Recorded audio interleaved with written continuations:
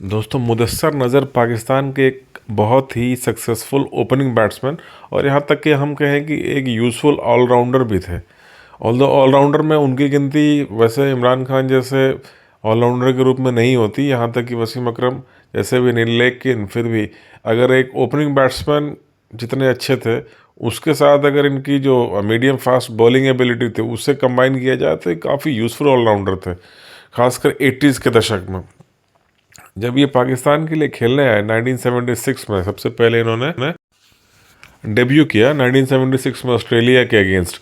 तो उस समय एज एन ओपनर इन्होंने खेला और इनके पिता नज़र मोहम्मद वो भी पाकिस्तान के लिए ओपनर रहे थे। तो ये पहले पाकिस्तान के लिए वैसे प्लेयर बने, फादर सन, पिता पुत्र, जिन्होंने पाकिस्तान के लिए ओपनिंग किया। और इन्होंने एक रिकॉर्ड बनाया था जब ये ओपनिंग करने आए और अंत तक ये आउट नहीं हुए। इनके पिता ने भी, नज़र मोहम्मद ने भी ये कमाल किया हुआ था अपने लाइफ में पहले। ओवरऑल देखा जाए तो इन्होंने 76 टेस्ट मैच खेले पाकिस्तान के लिए 1976 से लेकर 1989, 13 साल के अंदर। और उन 76 टेस्ट मैचों में इन्होंने कुल 38 के एवरेज से 4114 रन बनाए थे, जिसमें कि 10 सेंचुरी और 17 हाफ सेंचुरी थी।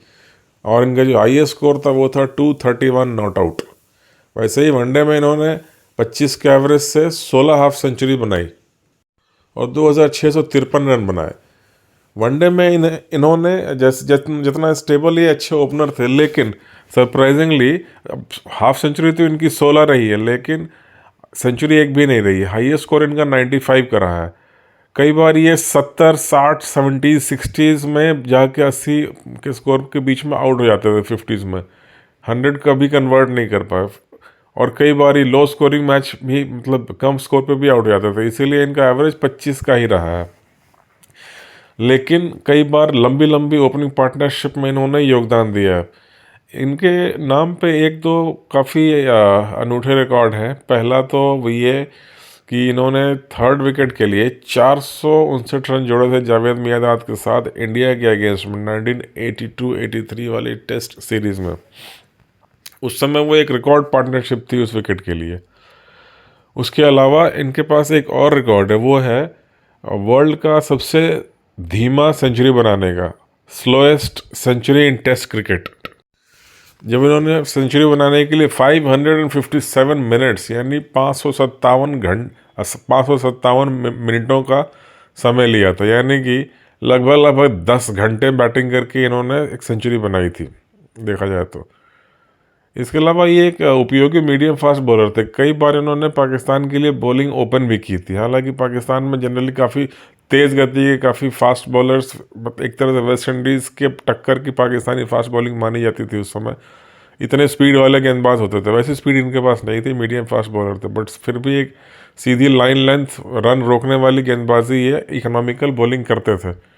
इन्होंने कुल मिला के 66 टेस्ट विकेट भी लिए हैं, जिसमें कि एक बार एक इनिंग में 5 विकेट, जो कि 6 for 38 इनका बेस्ट बॉलिंग परफॉर्मेंस रहा है। वैसे ही वनडे में इन्होंने 122 वनडे में 111 विकेट लिए, जिसमें भी एक बार इन्होंने 5 विकेट लिए। 5 for 29 इनका बेस्ट परफॉर्मेंस रहा है वनडे में।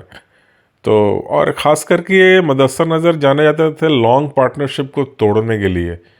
जब कोई दो बैट्समैन काफ़ी लंबे समय से खेल रहे हो, आउट नहीं हो रहे हो, उस समय कई बार जो है कैप्टन मुदस्सर नज़र को बॉल देते थे और वो अक्सर कई बार उन्होंने उस लंबी जमी हुई पार्टनरशिप को तोड़ दिया।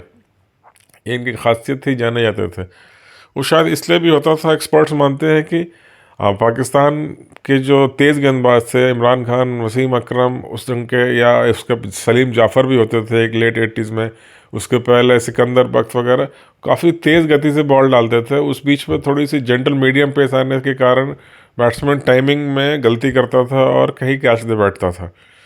तो यह कई बार इनकी बॉल नीचे रह जाती थी इंडिया पाकिस्तान के धीमे पिच पे, और बैट्समैन एलबीडब्ल्यू हो जाता था।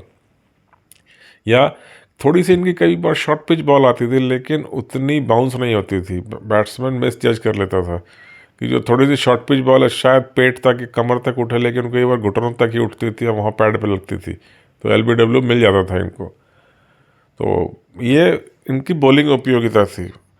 पर उसके बाद 1989 में फरवरी में इन्होंने न्यूजीलैंड के खिलाफ अंतिम टेस्ट मैच खेला। उसके बाद इन्होंने इंटरनेशनल क्रिकेट छोड़ दिया, जो कि 13 साल का रहा, 1976 से 1989। फिर उसके बाद हालांकि ये फर्स्ट क्लास क्रिकेट खेलते रहे कुछ दिन और, 2-3 साल 4 साल, और उसके बाद इन्होंने क्रिकेट पूरी तरह छोड़ दिया और कई कोचिंग असाइनमेंट्स इन्होंने ली। केनिया के चीफ कोच रहे, फिर वैसे यूनाइटेड अरब एमिरेट्स यूएई ने इन्हें अपनी टीम के लिए चीफ कोच अपॉइंट किया।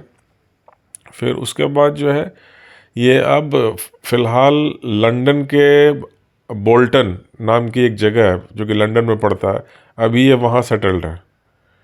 तो अगर मेरा ये वीडियो अच्छा लगा मुदस्सर नज़र के बारे में, आप सब भी जानते होंगे मुदस्सर नज़र को, तो उनके बारे में थोड़ी और जानकारी मैंने दी।